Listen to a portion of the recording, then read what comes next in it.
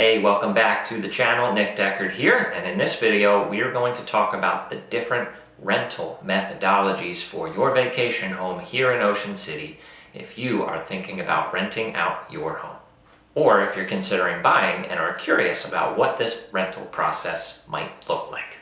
So as I work with buyers, I often get the question of how they should go about handling the weekly or seasonal rentals once they own the property here in town. And there are a couple different, very important factors to consider when making your choice. The big three are going to be what method you use to rent out your home, how to price your home, and how to ensure that you get the top rates. So stick around for that third one because that one is a biggie. So there are three main methods that are used to rent out a vacation home, and we'll tackle them one at a time. The most common being through a real estate agency.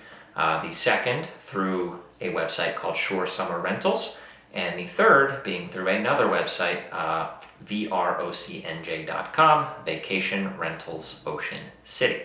So those second two are more geared towards do-it-yourself, and the first obviously is the most hands-off approach. So we'll dive in, starting with renting through an agency.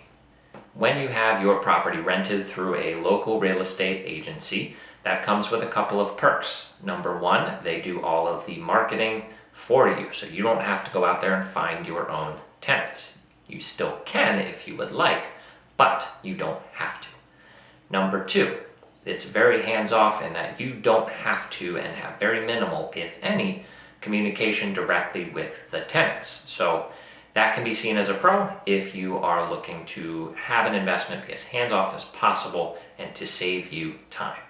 And another perk that's lesser known is the levels of protection that these agencies put into place for both you as the landlord as well as for the rental tenants via special insurance and accident policies that typically are included.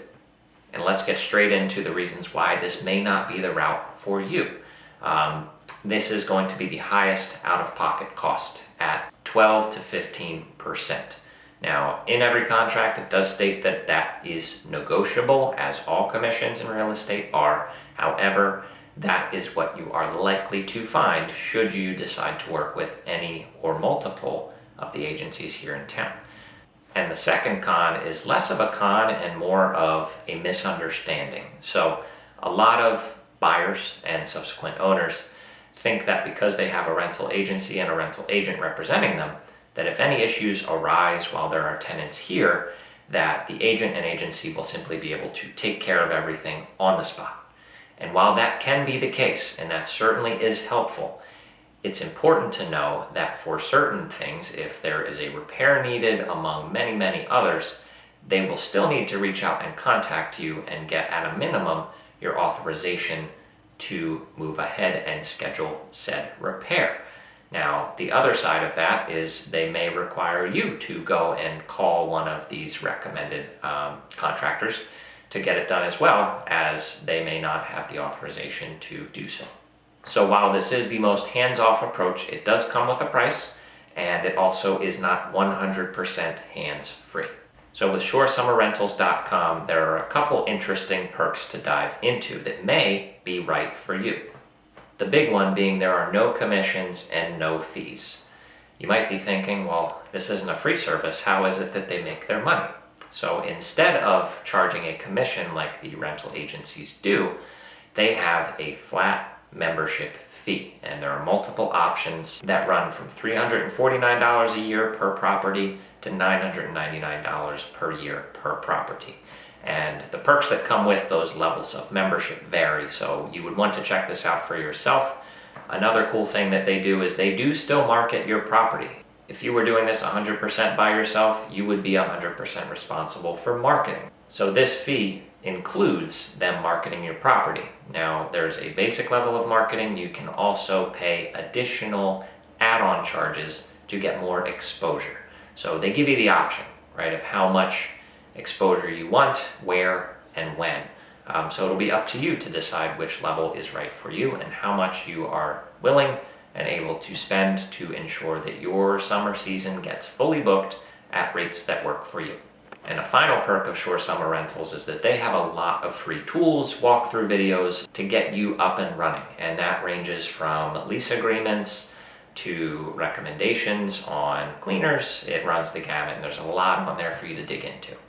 So let's talk about the downside. So the downside would be obviously that this is not as hands-off as working through a rental agent, as you are responsible and you also have the freedom to go ahead and lay things out the way that you would like. And that goes for cancellation policies, that goes for anything you can think of. You have the ability to tailor to your wants, needs, and ability. And last but certainly not least is OCNJ. Now this is fairly similar to Shore Summer Rentals, so I'm just going to highlight the differences here that you need to know about.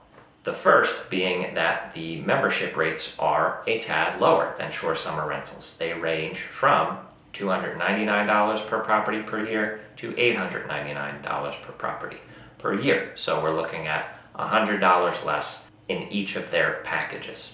And with OCNJ, you do have the most direct control over how you manage your property. So this is as close as you're going to find of the major players in the market right now of managing the property yourself, but having the bonus of additional marketing, of a scheduling website and a booking website, without having to pay all of that out of pocket, as that can be very expensive.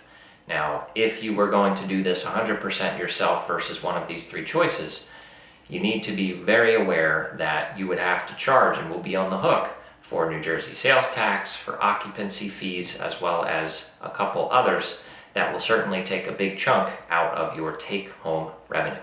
So let's get right into number 2. How do you determine your rental rate? So that will also depend a little bit on which of those methods you choose. And by the way, I do recommend that you do at least 2 of those methods to start, as if you start with a real estate agency, while they can book weeks for you, you also have the ability to go out there and find tenants yourself. So you can see a little bit of how you prefer to handle it so that moving forward you can make a better decision. But back to pricing. A lot of folks assume that these rental agents and agencies are going to dictate for them and tell them what to charge each week. But how that actually works is it's up to you, the homeowner, to tell them what you would like to charge. Same with the selling price of a house. We can recommend a rate or a price for you, but ultimately it's your decision. So while we can check the comps, and the rental agents will do a very thorough job of making sure that you're competitive in the market, it's up to you to pick your pricing. So think of it this way for these 3 options. You pick the price, they just advertise it. One of the biggest components about owning an investment property or a rental property here or anywhere is making sure you get the best possible rates. Now, how do you go about doing that? And that is done by creating a unique experience. So if you've ever used Airbnb, if you've ever stayed in a hotel, you likely chose that place for a reason, especially if you chose to return there in the future. And most likely, that is going to be due to the experience that you had, whether that was some additional perks that were included, be it Wi-Fi, additional parking, some additional bikes for you to use without having to rent. There are a lot of ways to make your property unique so that your renters have a great experience and will become repeat clients. The last thing you want to have happen is to have a full summer booked of clients and nobody wants to rent the next year, because now you have to go out and do the process all over again. A couple quick examples of how you could make your property more appealing here in Ocean City by setting it apart from the rest.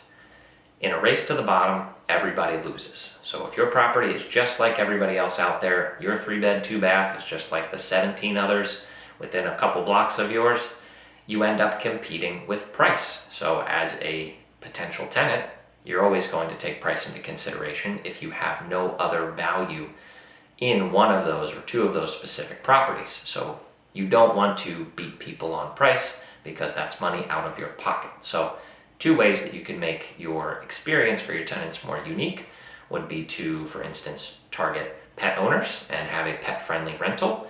Now, there's obviously some cons that come with that, but you would be able to charge accordingly because the demand for those is very, very high and the supply is very, very low. And a second way would be to gear your rental towards, let's say, young families with young children. So if you were able to provide cribs, pack and plays, a stroller, baby gates, things of that nature with their stay, that's a lot less that they have to lug with them to the shore. And when they're comparing properties, that's going to jump out. So if you pick a niche, speak to that niche, and you're going to find that you have a lot better success in commanding high rates than being mixed in with the crowd and competing on price. If you learned something new or found this helpful or valuable, I would appreciate a thumbs up down below. And if you would like to see more of my videos when I come out with them each and every Tuesday on many different topics around real estate in Ocean City, make sure you hit subscribe and the little bell below to turn on notifications. I appreciate you taking the time to check this out, and I will see you on the next video.